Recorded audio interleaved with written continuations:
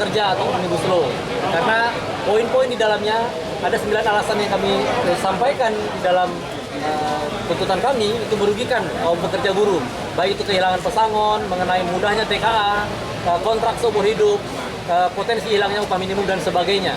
Kemudian juga yang kedua, banyaknya kasus tenaga kerja, penyelesaian perselisihan, yaitu teman-teman kita yang di PHK dirumahkan, sampai hari ini belum semuanya selesai. Dan itu terkesan lambat penyelesaiannya.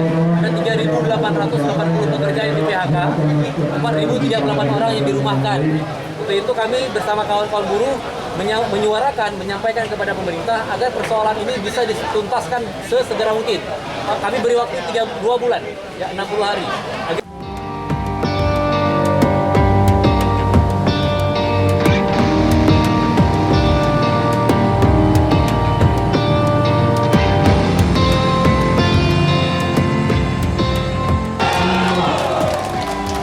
Tentang upah kelayakan hidup dari 23 kabupaten dan kota. Di sini